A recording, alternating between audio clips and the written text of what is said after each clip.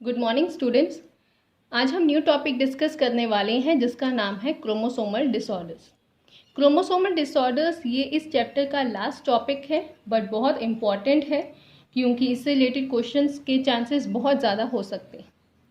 Chromosomal disorders genetic disorders की ही एक second type है। क्रोमोसोमल डिसऑर्डर्स मेंडेलियन डिसऑर्डर्स से कैसे वेरी कर जाते हैं, कैसे डिफरेंट होंगे, क्योंकि क्रोमोसोमल डिसऑर्डर्स में बेसिकली क्रोमोसोम के नंबर हाई या लो होने के कारण जो डिजीज़ जो अबनॉर्मेलिटी कॉज होती है उसे हम कहेंगे क्रोमोसोमल डिसऑर्डर। जबकि जो हमने इससे पहले टॉपिक डिस्कस किया था मेंडेलियन डिसऑर्डर, उसमें क्या होता था, कोई भी जीन अगर एक एक्स्ट्रा एडिशन या म्यूटेशन के कारण अगर कोई डिफेक्ट आ रहा है, लाइक पॉइंट म्यूटेशन हो गया, उसके कारण जो चेंजेस आते हैं जीन में, जो इन्फॉर्मेशन डिस्टॉर्ट होती है, डिस्टर्ब होती है, उसके कारण बनता है मेंडेलियन डिसऑर्डर। क्रोमोसोमल डिसऑर्डर का फर्स्ट टॉपिक में मेंशन किया हुआ है कॉज क्या हो सकते हैं। कॉज क्या होंगे? It can be occur due to absence और एक्सेस, या तो कोई चीज़ क्रोमोसोम नंबर नॉर्मल के कंपैरेटिवली कम हो, लाइक 46 ह्यूमन बींग्स में होते हैं जो हमारा क्रोमोसोम नंबर नॉर्मल है। एक सेल में कंप्लीट क्रोमोसोम जो सेट होते हैं वो 46 होते हैं टोटल, एंड पेयर जो होते हैं 23 होते हैं। अगर एक एब्सेंट हो जाए या फिर एक एक्सेस में हो जाए तब भी ये डिसऑर्डर हो सकता है। इसके कारण एब्सेंस या एक्सेस के कारण जो नॉर्मल अरेंजमेंट रहना था क्रोमोसोम का वो मैनेज नहीं हो पाएगा, मेंटेन नहीं हो पाएगा, जिससे उस ऑर्गेनिज्म में डिसऑर्डर होगा और सिम्टम अराइज होंगे। क्रोमोसोमल डिसऑर्डर्स के दो तरह के रीज़न हो सकते हैं कैसे डिसऑर्डर हो सकता है, डिसीज हो सकता है। एनीप्लॉइडी के कारण ये प्रॉब्लम क्रिएट हो सकती है या फिर पॉलीप्लॉइडी के कारण। एनीप्लॉइडी का मतलब है failure of segregation of chromatids during cell division cycle. Cell division cycle में क्रोमैटिड्स जो है वो हमेशा सेपरेट होते हैं, सेग्रीगेट होते हैं। अगर यही चीज़ ना हो पाए, ये प्रॉपर्टी, ये हम कह सकते प्रोसेस अगर फेल हो गया तो क्या होगा?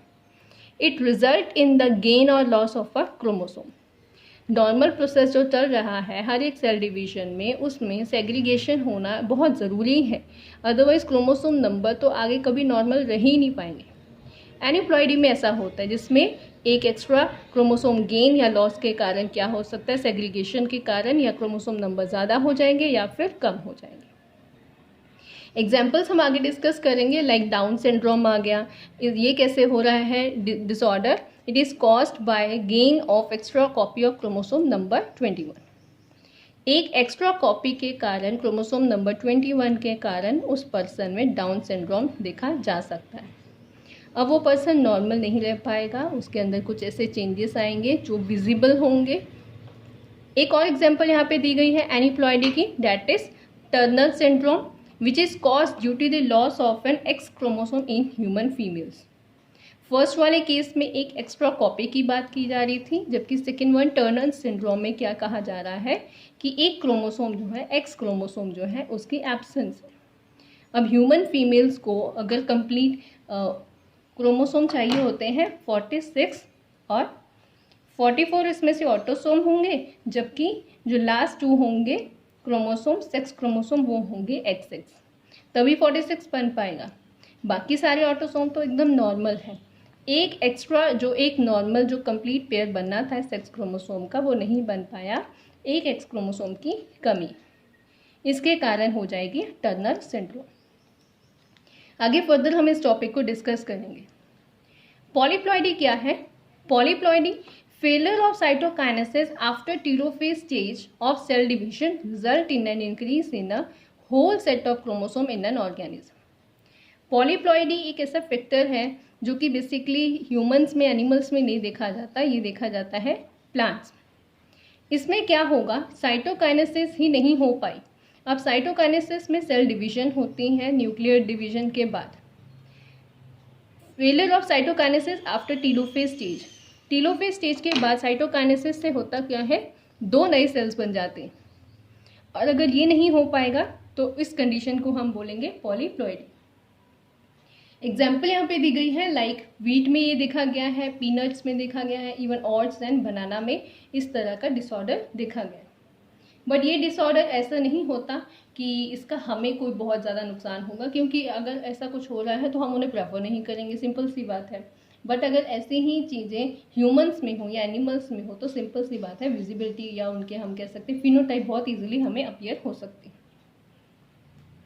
एक इम्पॉर्टेंट नोट दिया गया है एंड में, that is total number of chromosome in a normal human cell, that is 46। बहुत सिंपल बात है और इम्पॉर्टेंट भी बहुत ज़्यादा है, क्योंकि हम लोअर क्लासेस से स्टडी करना शुरू कर देते हैं। ह्यूमन बींग्स में कंप्लीट 46 क्रोमोसोम होते हैं, पेयर होते हैं 23, जिन्हें हम ऑटोसोम्स कहते हैं। 22 पेयर होते हैं ऑटोसोम्स, टोटल हो गए 44। सेक्स क्रोमोसोम्स होते हैं 1 पेयर, मेल्स में XY होंगे एंड फीमेल्स में XX होंगे। नेक्स्ट इसके बाद हम टॉपिक डिस्कस करेंगे, दैट विल बी ट्राइसोमी और मोनोसोमी किसे कहा जाता है। ट्राइसोमी का मतलब क्या हुआ, that is additional copy of chromosome. Like human beings में आगे हम जब डिस्कस करेंगे डिटेल में सिंड्रोम्स को, अलग अलग टाइप के सिंड्रोम्स में, तो उसमें कई जगह पर हम ट्राइसोमी कंडीशंस को देखेंगे और कई जगह पर हम मोनोसोमी को देखेंगे। तो ट्राइसोमी सिंपल सी बात है, ट्राइसोमी का मतलब additional copy of chromosome. Like 46 के बजाय उस ह्यूमन में 47 क्रोमोसोम होंगे। मोनोसोमी का मतलब हो गया individual lack one of any pair of chromosome, कोई पेयर ऑफ क्रोमोसोम ही नहीं है, तो that condition will be monosomy. चलो आगे देखते हैं डाउन सिंड्रोम में किस तरह की कंडीशन हमें देखने को मिलेगी, ट्राइसोमी है या फिर मोनोसोमी। डाउन सिंड्रोम ये आपके सिलेबस का पार्ट है।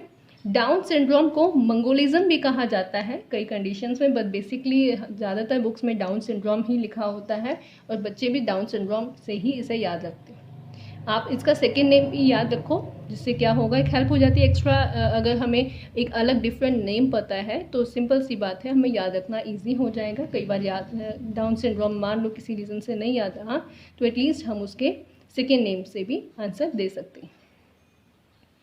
डाउन सिंड्रोम को सबसे पहले डिस्क्राइब किया गया था लैंगडन डाउन ने 1866 में, और यही रीज़न है कि सिंड्रोम का नाम भी इसी साइंटिस्ट से लिया गया है।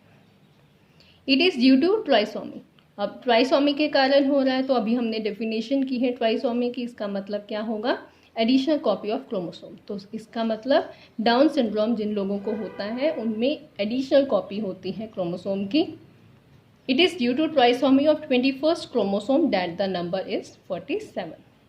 एक एडिशनल कॉपी के कारण क्या होगा, जो 21st क्रोमोसोम है वो एक एक्स्ट्रा होगा, जिससे क्रोमोसोम 46 के बजाय अब बन गए हैं 47। ऐसा क्यों हुआ, डाउन सिंड्रोम होने का क्या रीज़न है, कॉज ये है, it cause due to the non distinction at anaphase stage of meiosis. Meiosis के टाइम जो नॉन डिस्टिंक्शन होनी चाहिए थी वो नहीं हो पाई, where paired homologous chromosome fail to separate, जिसके कारण क्या होगा, जो पेयर्ड क्रोमोसोम थे जिन्होंने आगे मियोसिस में सेपरेट आउट होना था वो नहीं हो पाए, और एज सच एक्स्ट्रा कॉपी ऐसे ही पास आउट हो गई।